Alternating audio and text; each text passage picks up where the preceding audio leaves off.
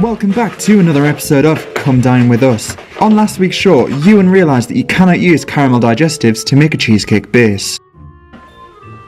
There's something in those biscuits, I'm telling you. Oh, I think it's the caramel as well, did it? And Kate Mccabe discovered that her favourite word was crostini. Kind of, yeah, but it said crostini. Crostini! And also realised her favourite implement is a fish slice. And Luke fell in love with himself a little bit more than he already was. James Bond. James Bond. Wow, I really have lost it this. This week we are back in London and Luke is in charge of doing the starters, so he's just went out and grabbed the essentials. Prosecco is absolutely necessary. Okay, so ladies and gents, sit back, relax and enjoy the monstrosity that is 3 YouTubers in a kitchen trying to do a virtual dinner party. Let's go.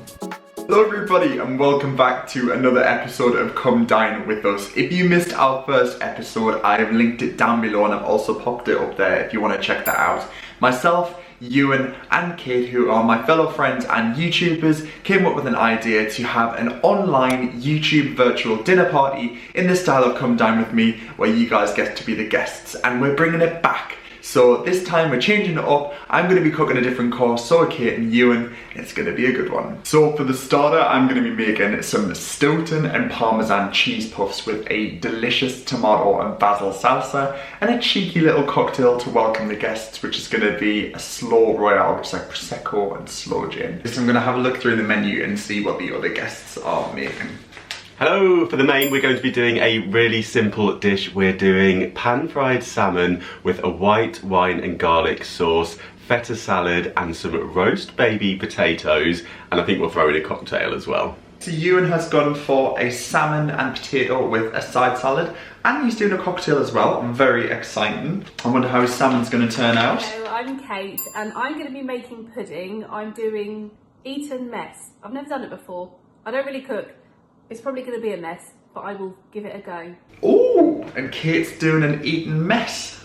That's very exciting. Again, meringue's quite tricky to make, so I hope that she can pull through with those. I do know I struggle with meringue sometimes, so yeah, got quite a delicious menu going on. So if you are making along at home, please do. It's very, very easy to make these. They're one of my favourite things to make. They take little to no time at all. They are vegetarian and they're absolutely delicious. You need a handful of ingredients, so let's go. Some would argue that this is more of a canapé, but personally I love them as a starter or just as a little nibble. They are delicious, they're quite indulgent, but with a glass of something bubbly, they're absolutely delicious. And I hope the guests do like them. I'm sure Iwan and Kate will, and I know they do love a bit of cheese and something sparkling, so let's get cracking. Okay, so for the ingredients, you are going to need 1 sheet of puff pastry. You can of course make your own puff pastry, but I'm cheating again, guys. It's all about the Come Dine With Me cheating. I won't tell the guests if you don't, but yeah, I actually bought this from the store. Like I say, you can make it if you are a dedicated pastry fan. And then you're going to need a bit of cheese. So I have some gouda here. This is extra mature gouda cheese.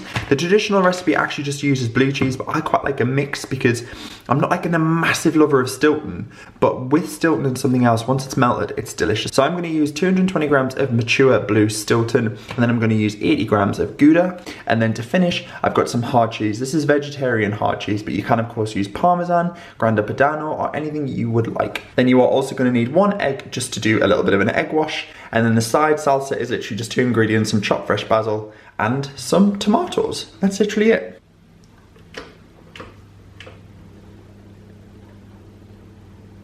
Okay, so I'm going to start by actually cutting some greaseproof paper for them to bake on.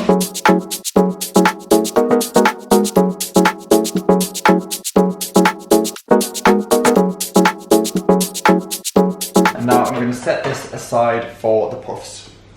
So onto a lightly floured work surface, I'm just going to roll out the pastry. Now this is pre-rolled puff pastry. Again, I really hope Kate and Iwan don't mind. But I'm just going to put this on the surface.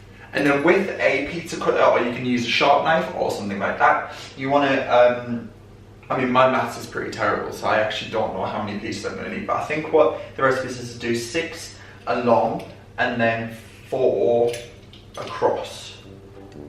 So 1, 2, so 1 down the middle, and then each of those into 1. So 1,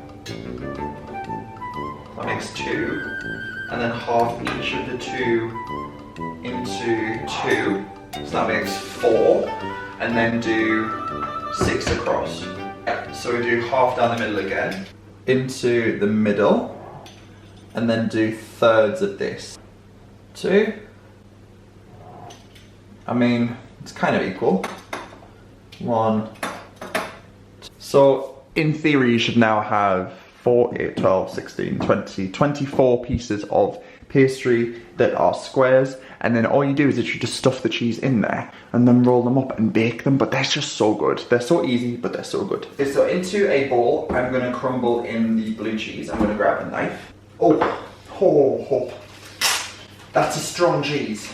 Good Lord. Woo. And then I'm also gonna grab the gouda. I mean, if you don't like blue cheese, this probably isn't a recipe for you, because good Lord, that's strong. And then all you want to do is just crumble your cheese into your bowl, so just making sure that it's all going to mix together. The Gouda is obviously quite a hard cheese, so you might want to actually chop that up. That's probably going to be the better idea. But the Stilton, you can just use your hands and break it in. Obviously clean hands, guys. Do wash your hands, you know, before any cooking, but especially now. Okay, so that is what you're looking for, some kind of like a cheese crumbly mixture. Maybe give that a little bit more of a break up. Then with your Gouda, just clunk it up like so. That's right. And then what you want to do is grab a puff pastry piece and grab like a good solid piece of cheese, maybe like, let's say that much. You don't want to do too much, otherwise it can have a tendency to crumble out. So that's like a good solid amount, and then you just want to press it into your parcel, into the middle, like so. And then wash around the edge with some egg wash, seal it up by just folding it in on itself, and then pop it on a baking tray. Just brush around the edges, like so. And then just fold it in on itself, like that. And that is one puff pastry cheese puff. And then you just want to plonk it on a baking tray like that, folded side down. So I'm just going to carry on for the other 24.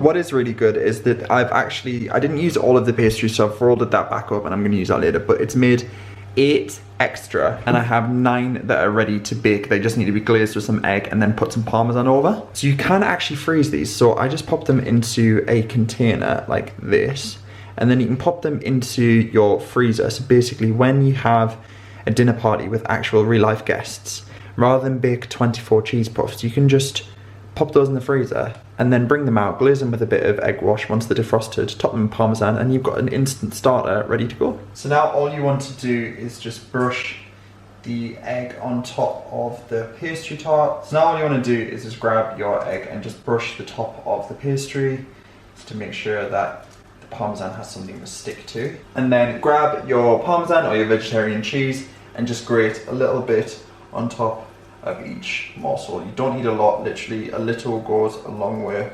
And these are now ready to go into the oven.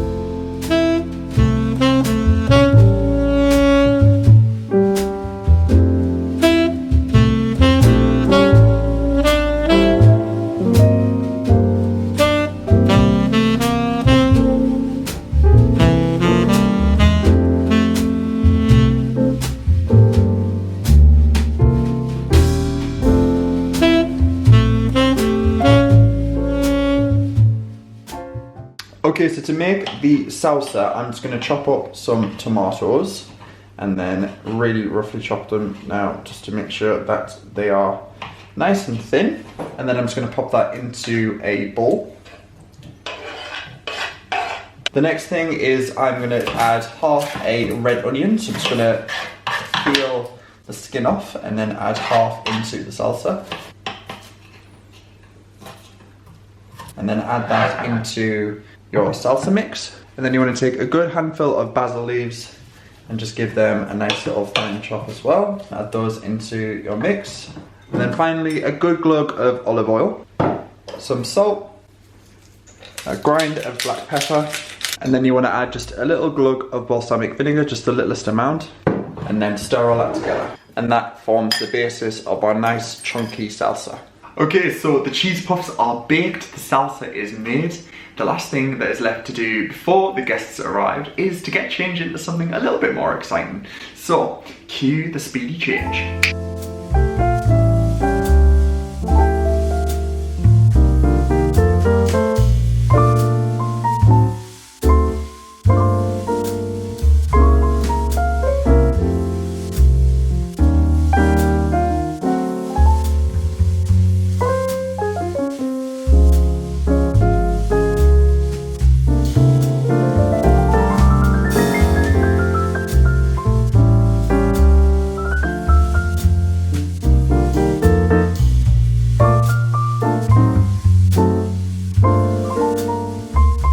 Okay, so good evening. We are now officially going to start on our cocktail. The light is slowly starting to go outside. I've lit the candle, made the mood all nice when the guests do arrive, and I'm going to be making a slow royale, which is a take on the K royale, which is traditionally champagne, I think sugar syrup and orange. We're going to do a slow gin version, so it's a little bit more boozy, but I mean, that's what we're here for, you know, when this is going live. It's Friday evening, hopefully you've got yourself a little glass of something fancy, something, you know, to get you in the mood.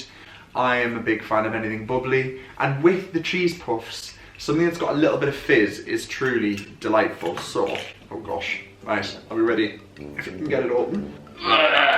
Jesus Christ. Woo! Hello, are you coming out? Bonjour, bonjour, oui, ça va? Oh, blimey. Woo! Right, this is taking the mick now. It's basically out.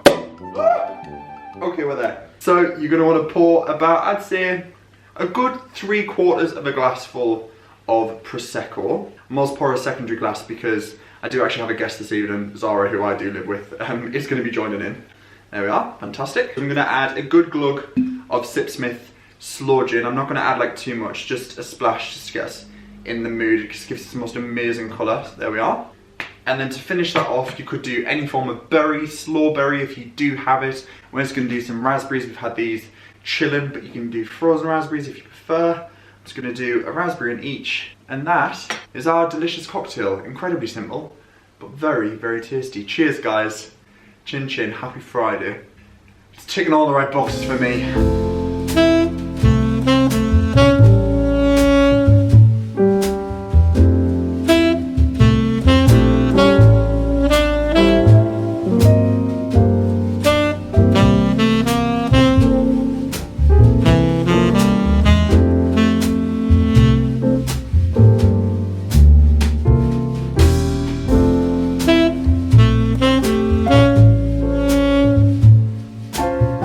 Okay, so let's go in for the taste test. The cocktail is absolutely delicious, so if these aren't great, but I know they're pretty darn good. You could argue that these are more of an entree and not really much of a starter.